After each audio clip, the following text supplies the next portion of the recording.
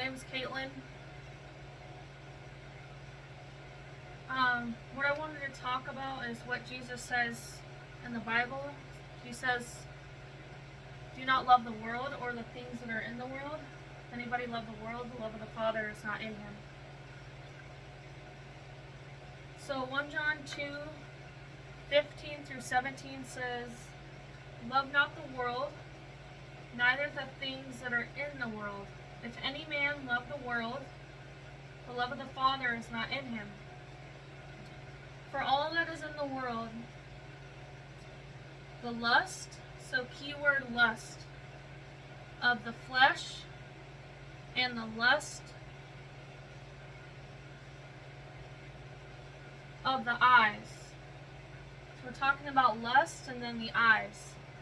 And the pride of life is not of the Father, but is of the world. James 1:14-15 says, but every man is tempted when he is drawn away by his own lust and enticed. So to think of it this way is when you go to the store and you see those coolers of drinks that are in the front where you're going to be checking out. And then also they have they have chips and candy and then like when I went into the store of Kohl's, so when you're checking out, they have a bunch of stuff as you're walking to check you out, so you can buy more things. Again, that's how Satan works.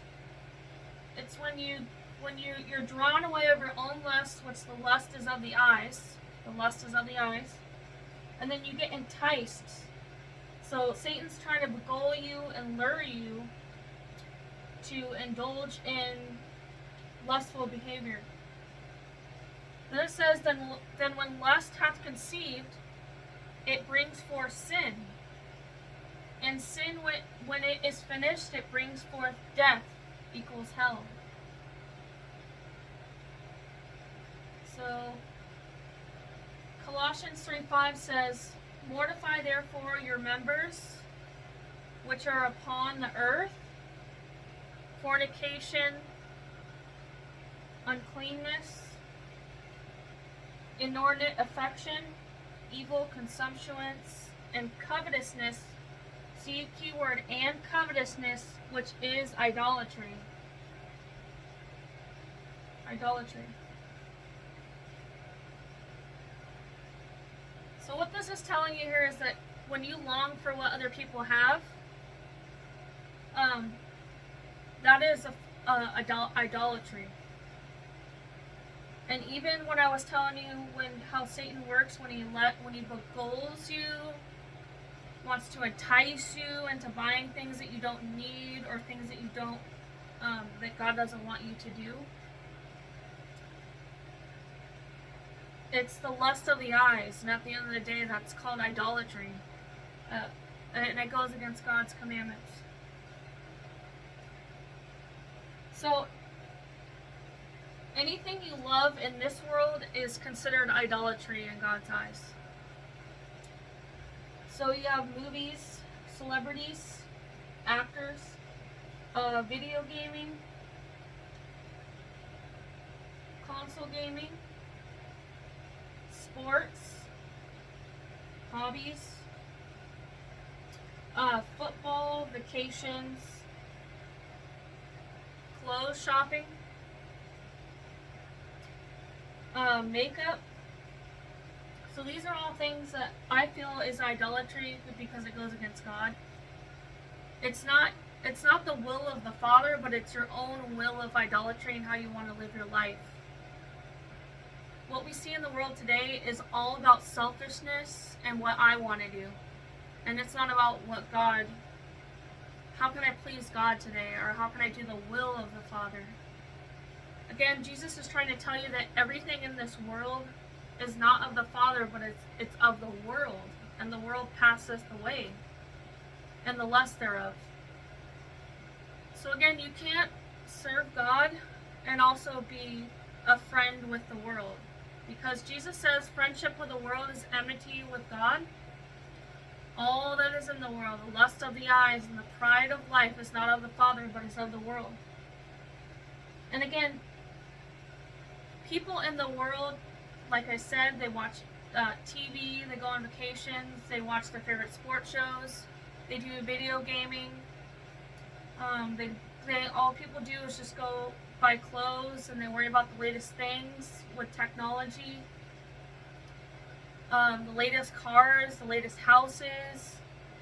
Can never be satisfied with having very little, which God says. It's better to be poor than to be rich, or to have things.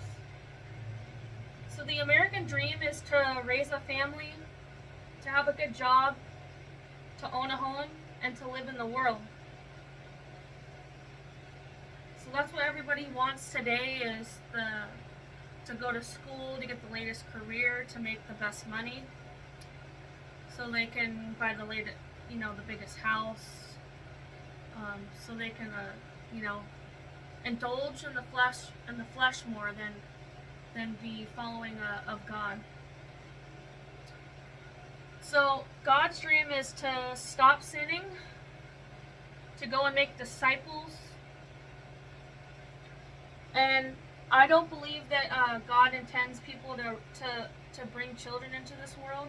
I believe that it's better not to be married at all and to raise a family in this world, because this world is Satan's world, and sin is reigning. So I know that God says to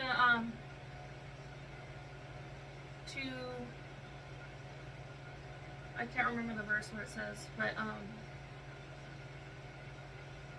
anyway.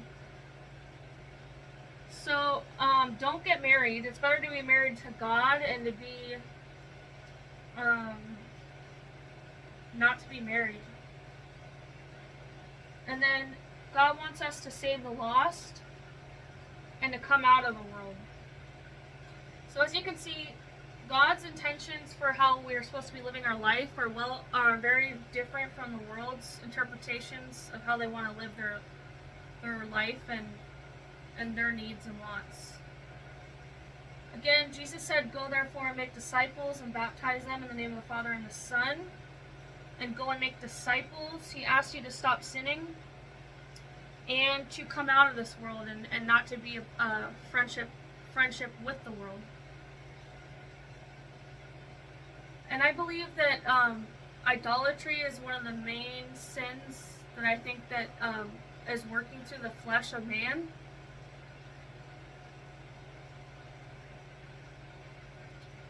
Because they want to stay in the world, they don't want to come out of the world. But again, you can't serve two masters. You're either going to hate sin and serve God, or hate this world and the things in this world and serve God. You can't do both. So anybody that tells you that you can, especially you can continue in sin and God will still forgive you, that is not the true gospel of the Lord. So that's a false doctrine. And I want to advise people to follow Christ and to come out of this world, because this world leads to death. So what I was trying to mention earlier is, in the Garden of Eden, God told Adam and Eve to go therefore and multiply. So you can't compare that with today, to have children in this world. He only said that because they were only two people on the planet, so they had to reproduce and bring children into this world. But at the end of the day, when you bring children into this world, you're birthing them into rebellion. You're birthing them into sin.